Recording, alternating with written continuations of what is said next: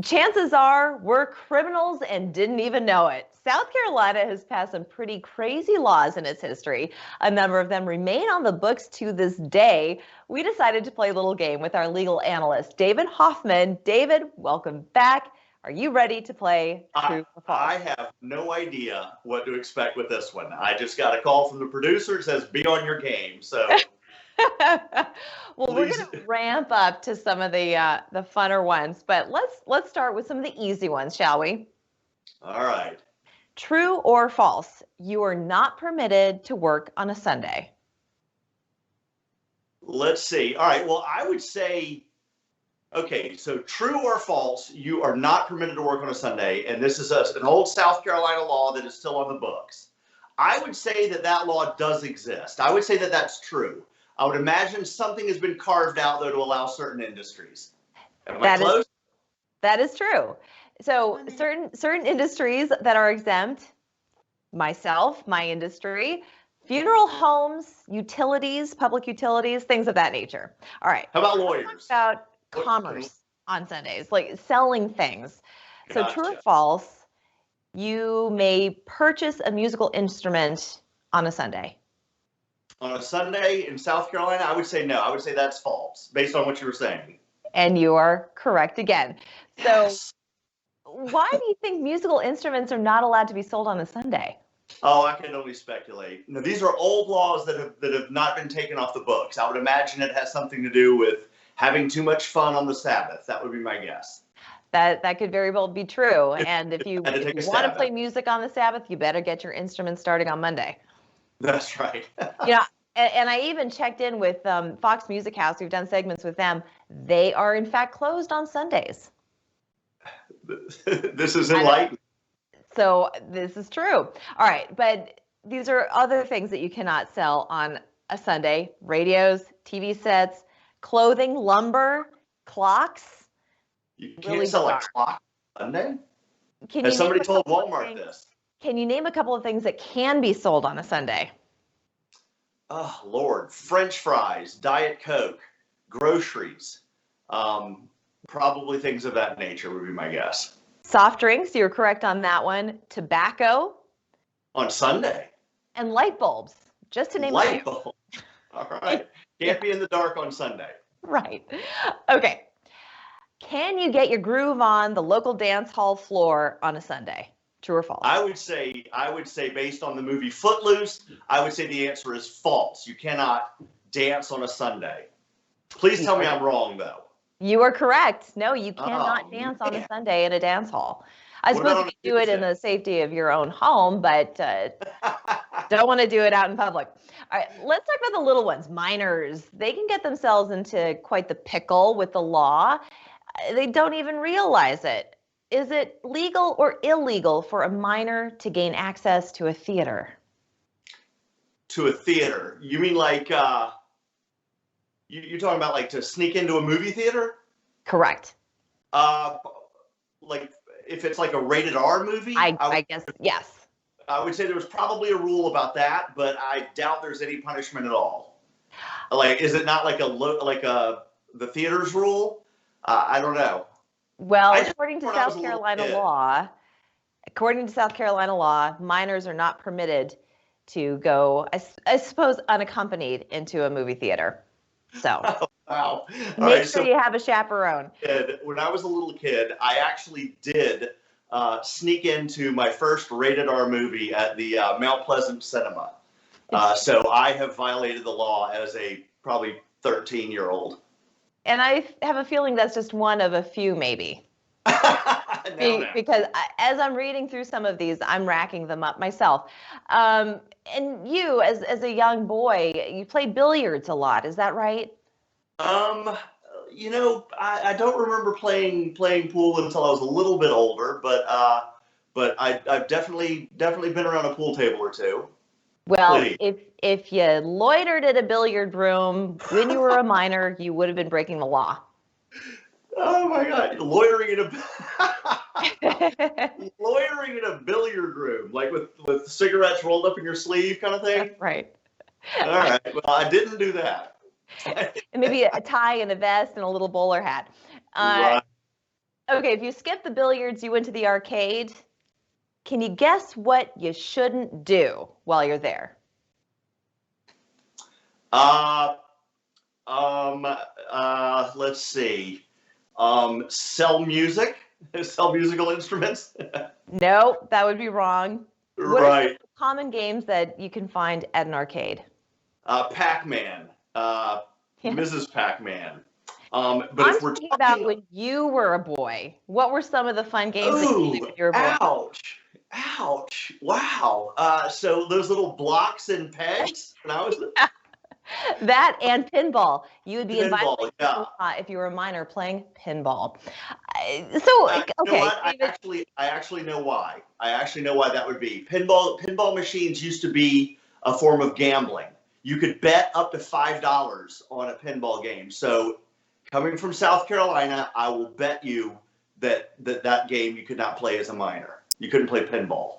Dave, that is crazy. I never knew that pinball was a source of gambling, a Well, now this is vehicle one to of the first gamble money.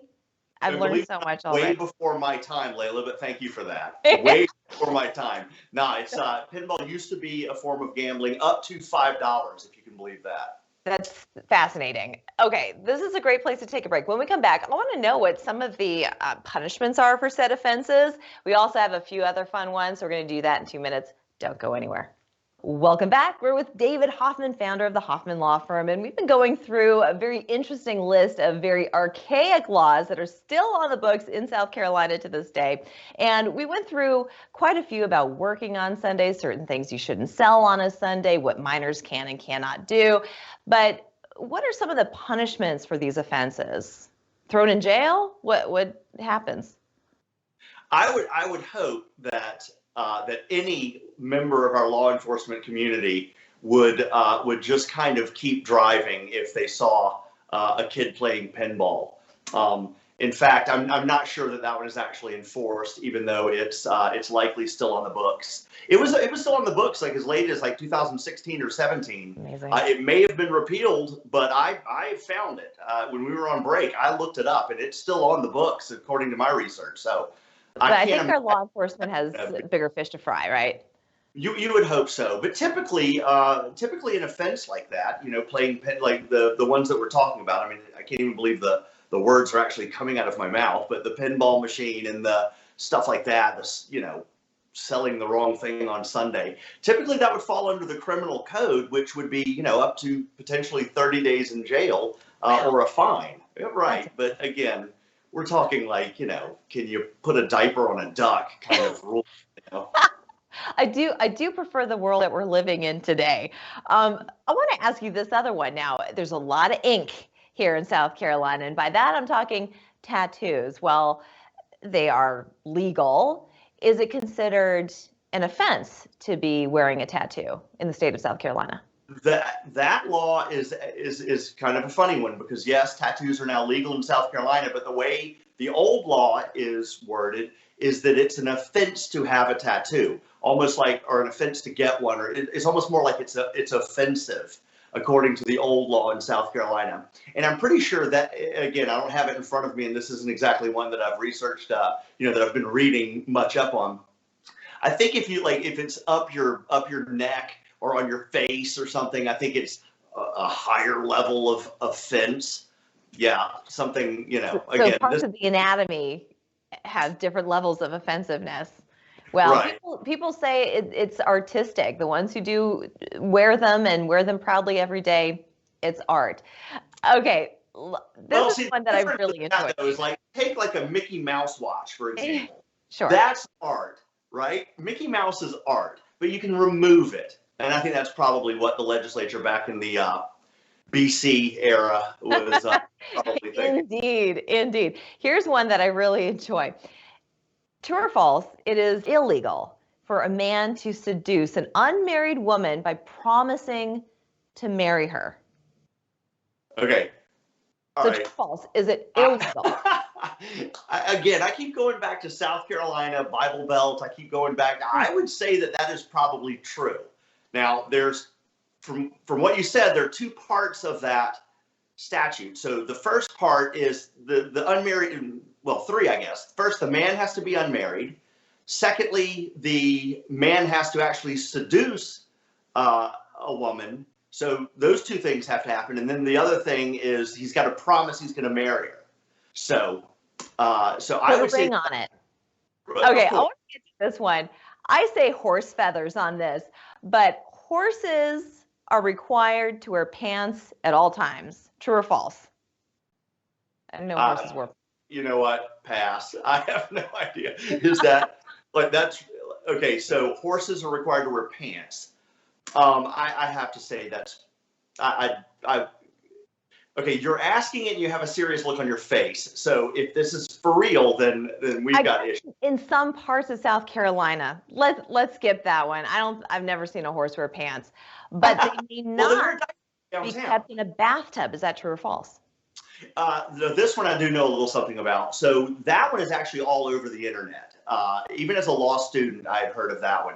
Problem is you can't find that one actually on the books. Like when I say on the books, I mean when you go into Lexis, Westlaw, when you're doing heavy duty legal research, you can't find that one. So my suspicion is what the law actually says is something to the effect of horses are only allowed to be kept in stables and are not allowed to be kept anywhere else. And so somebody online got clever and said, oh, so you can't keep them in a bathtub, or you can't put it in Hoffman Law Firm or the office, right. Something along those lines. But I have seen that one's out there. No very horses. Interesting laws. And then we're running out of time here. I'm just gonna throw this one out here. No fighting words in Myrtle Beach. So you cannot step to somebody and say, I want to fight you, and then get into a fisticuffs. Amazing. I think we are all better people if we just go through the South Carolina code. We read every single thing that we should and should not do, and we'll be in good standing with the law. Right, David? Absolutely. All billion pages of it with the highlighter. Yeah. And you say hundreds of laws passed every single year. My head is just swimming thinking about it. David, thank you so much for joining us. This was a lot of fun. This is a lot of fun. Thank you for having me. We're back after this.